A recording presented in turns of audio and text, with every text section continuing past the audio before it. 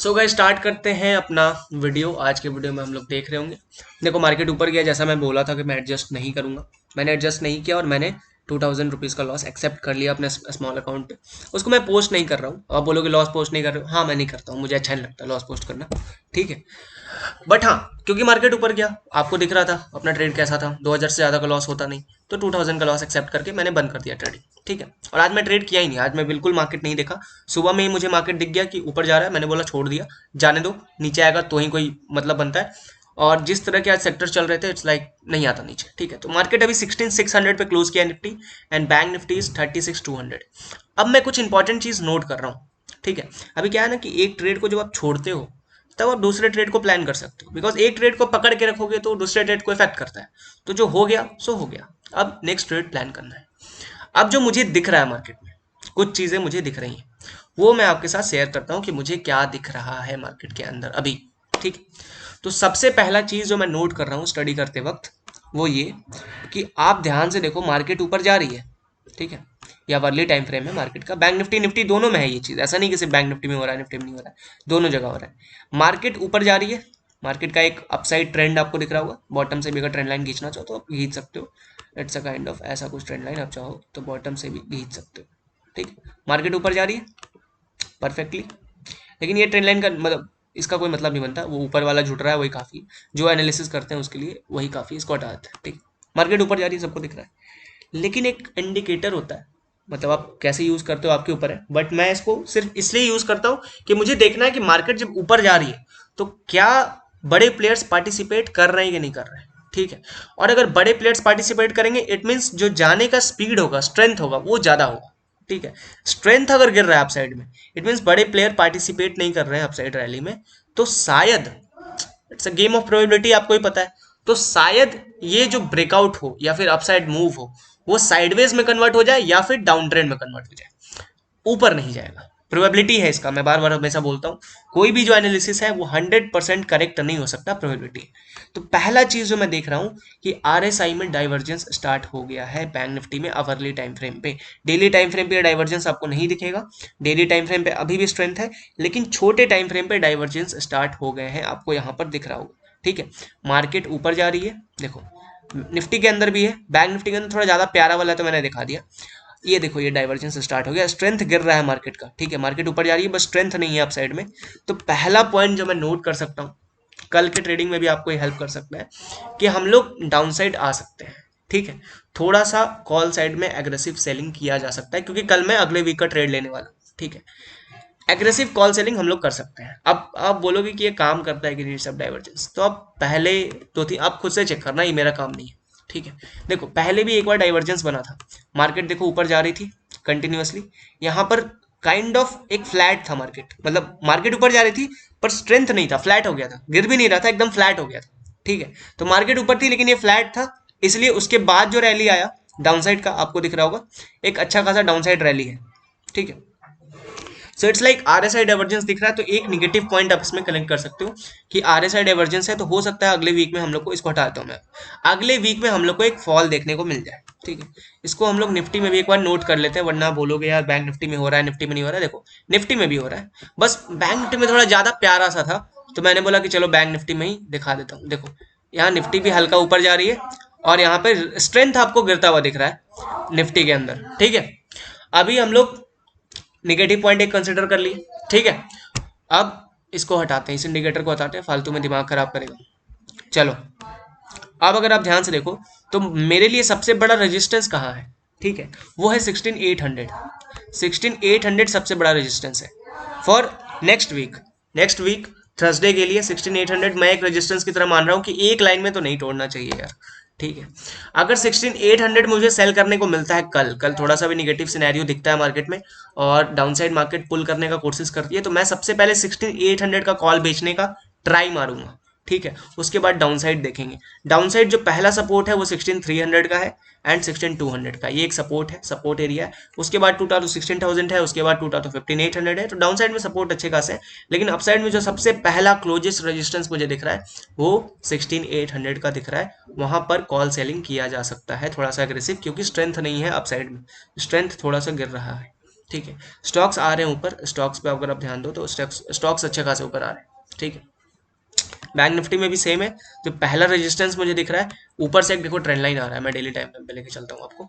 देखो it's a kind of एक down trend, मतलब जो बड़ा सा एक चैनल बना हुआ है मार्केट का डाउन ट्रेंड का, उसके टॉप पे पहुंच गया मार्केट।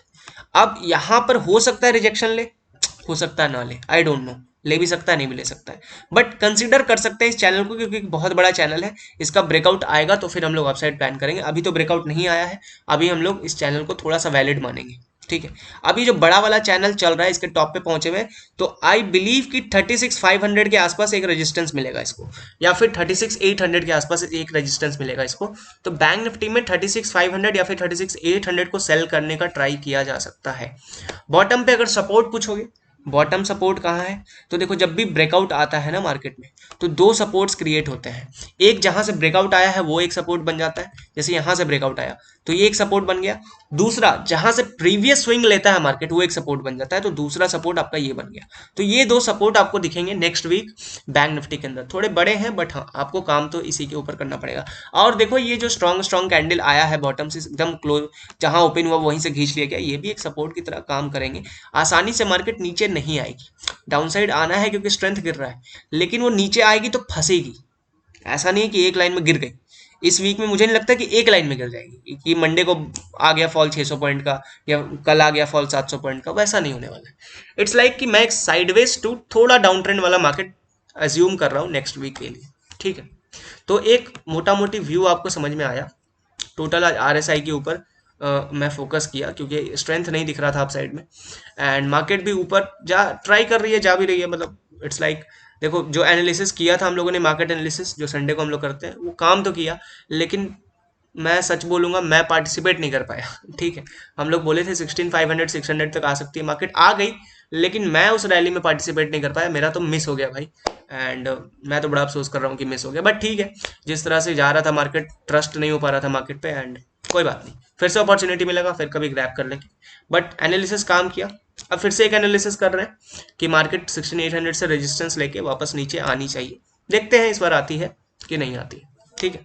ये हो गया बड़े टाइम फ्रेम पे जो भी मैं दिखाना चाहता था आपको। अब थोड़े से आते हैं छोटे वाले टाइम फ्रेम पे, और वहां पर काम करने का कोशिश करते हैं। इन सबको हटाता हूँ मैं, जैसा मेरा चार्ट चल रहा था वैसा चलने दो। अरे भाई यहाँ पे आ जाओ, ठीक है। अब हम लोग चलते हैं छोटे टाइम फ्रेम पे, देखते हैं कि कल कैसे काम किया जा सकता है मार्केट के अंदर, ठीक है।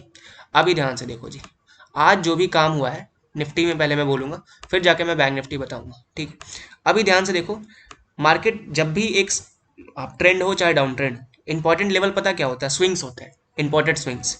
जैसा मैं बड़े वाले चार्ट पे दिखाया कि कहाँ पर सपोर्ट हो सकता है, कहाँ पर रेजिस्टेंस, तो डेफिनेटली जो रेजिस्टेंस है, पहला रेजिस्टेंस मार्केट के लिए जो मुझे लगता है वो ये वाला है, डे हाई फ्लैट खुल के इसके ऊपर क्रॉस होता है तो 16,800 तक का स्पेस है, वो स्ट्रेच करने के लिए जा सकता है, लेकिन अपसाइड रिस्की है, ध्यान रखना, स्ट्रेंथ नहीं आ रहा मार्केट में। अगर सेलर हो तो कमा लोगे, बायर हो तो हमको नहीं लगता कि बहुत स्पीड में स्पीड जाएगा मार्केट में। आ गया गैप अप हो गया तो फिर बात अलग है, लेकिन इंट्राडे में बन जाए पैसे मुझे डाउट लग रहा है, ठीक है। बन गए तो अलग बात है, बट बन सकते हैं, ऐसा नहीं है। Market is a game of probability, हर समय सही, हमेशा याद रखना दिमाग में, प्रोबेबिलिटी का गेम है, आप सही भी हो सकते हो गलत भी हो सकते हो, आपके ऊपर है, ठीक है। तो अपसाइड भी बन सकते हैं, बस मैं नहीं प्ले करना चाहता हूँ, मैं बहुत डर रहा हूँ जिस लेवल पर मार्केट खड़ी है। आई डोंट थिंक, या तो इसको पूरा कंसोलिडेट करना चाहिए कम से कम 7-8 दिन, फिर ब्रेकआउट दे तो मजा आए, नहीं तो एक बार तो नीचे आनी चाहिए, ऐसा मैं एज्यूम कर रहा हूँ, ठीक है। तो पहला जो अपसाइड रेजिस्टेंस रहेगा, ये जो डे हाई है वो रेजिस्टेंस रहेगा, फ्लैट खुल के इसके ऊपर जाता है, हम लोग पहला टारगेट जो बना सकते हैं 16,680 का टारगेट बना सकते हैं, जो मुझे लगता है इंपॉर्टेंट है, ठीक है। पहला टारगेट हम लोग 16,680 बना सकते हैं, जो कि अराउंड 1627 50 पॉइंट का टारगेट है, और ऊपर जाता है 720 का टारगेट बना सकते हैं, और ऊपर जाता है 800। उसके बाद मैं नहीं बोलूंगा, उसके बाद छोड़ दो भाई, इतना ऊपर आप रैली कर लिए इंट्राडे में, जाने दो, फिर मार्केट को कहाँ जाना है देखते हैं, ठीक है। अगर डाउनसाइड प्ले करना चाहते हो तो मैं बोलूंगा पूरा देखो, एग्रेसिव ट्रेडर इसके नीचे शॉर्ट कर सकते हैं, क्योंकि कोई तो बाई करके गया उसका स्टॉप लॉस लगा होगा, लेकिन जिसको कंफर्मेशन के साथ शॉर्ट करना है इंट्राडे के अंदर, वो इसके नीचे शॉर्ट करना है, ठीक है। ये टूटेगा, फिर हम लोग को डे लो के आसपास सपोर्ट दिखेगा, ठीक है। यहाँ पर अगर 16,529 टूटा तो 16,484 के आसपास हम लोग को सपोर्ट दिख सकता है निफ्टी में, और अगर ये टूट गया तो फिर हम लोग एक गैप फिलिंग मोमेंटम के लिए आ सकते हैं, जो गैप बना हुआ है वो फिल हो सकता है, ठीक है। तो इतना ध्यान रखना, ये इंट्राडे लेवल्स है, कल जो निफ्टी में मेरे हिसाब से काम कर सकते हैं। अपसाइड थोड़ा सा कॉन्शियस, डाउनसाइड आराम से कंजर्वेटिव तरीके से। मुझे नहीं लगता इस वीक मार्केट पैसा देगी। ये वीक आसान था ट्रेड करना, मेरे लिए आसान नहीं था, कुछ लोग कमा लिए पैसा, लेकिन एक साइड जो प्ले किए वो पैसा कमाए हैं, ठीक है। तो ये भी थोड़ा आसानी से एक लाइन में आ गया, सारे इंडिकेटर्स के साथ आ गया एक लाइन में। बट अगला वीक शायद थोड़ा सा रुलाए आपको, थोड़ा सा टफ टाइम्स आपको दिखाए अगले वीक, ठीक है। अब आ जाते हैं बैंक निफ्टी पे। निफ्टी पे हम लोग बात कर लिए अच्छा खासा। बैंक निफ्टी देखो डेफिनेटली एक चैनल में चल रहा है, ये चैनल इंपॉर्टेंट है। बॉटम पे सपोर्ट है, ट्रेंड लाइन, इसे फॉलो करना चाहते हो कर लो। ट्रेंड लाइन भी लगा सकते हो, जो ये ट्रेंड लाइन फॉलो कर रहा है बैंक निफ्टी, इसका ब्रेकडाउन होता है तो हम लोग को एक अच्छा फॉल देखने को मिलेगा। इसमें अपसाइड रैली 50-60 पॉइंट का स्कैल्प बन सकता है। जब ये वाला टूटेगा तो हम लोग यहाँ तक देखने को मिल सकता है, ठीक है। बहुत छोटा सा है, इट्स लाइक 36,257 से 36,334, ठीक है। इट्स लाइक 60-70 पॉइंट का है। आप लेना चाहो तो आप ले सकते हो। डाउन साइड के स्कोप ज़्यादा है, एग्रेसिव ट्रेडर यहाँ पे शॉर्ट कर सकते हैं। जो थोड़ा सेफ खेलना चाहता है वो इसके नीचे शॉर्ट करेगा। देखो यहाँ पे 2 बार सपोर्ट है, इसके नीचे शॉर्ट करोगे तो ज़्यादा अच्छा एक शॉर्टिंग अपॉर्चुनिटी बनेगा। पहला टारगेट आप लोग यहाँ पे ले सकते हो।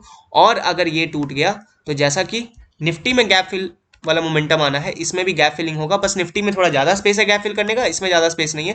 आप यहाँ तक गैप फिल करने के लिए आ सकते हो इंट्राडे लेवल्स पे। बाकी ट्रेंड लाइन लगा लो, ट्रेंड लाइन टूटेगा तो भी हम लोग डाउन साइड देख सकते हैं मार्केट में, ठीक है। तो आई होप इंट्राडे लेवल्स पे क्लियर हो गए, एक बड़ा व्यू भी क्लियर हो गया।